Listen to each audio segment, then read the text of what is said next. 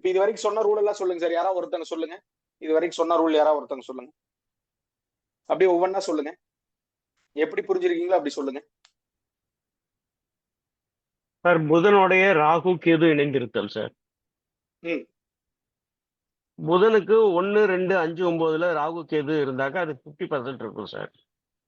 ம் 3, 11ல ராகு கேது இருந்தாலும் இதே பிரச்சனை வரும் சார். ம் 3ஆம் அதிபதி 11ஆம் அதிபதி ராகு கேது பிடியில இருந்தாலும் சரஸ்வதி கட்டு. ம் அப்புறம் 3ஆம் அதிபதி 11ஆம் இடத்துல 8ஆம் வீட்டு அதிபதி இருந்தாலும் பிரச்சனை சார். ம் சரஸ்வதி ம் கட்டு. அப்புறம் ம் புதனோட 8ஆம் அதிபதி சேர்ந்து இருக்கக்கூடாது சார். ம் அது இருந்தாலும் இந்த பிரச்சனை சார். Okay okay. இதுக்கப்புறம் புதன் வீட்டுல வந்து பாத்தீங்கன்னா ராகு கேதுல இருக்கக்கூடாது.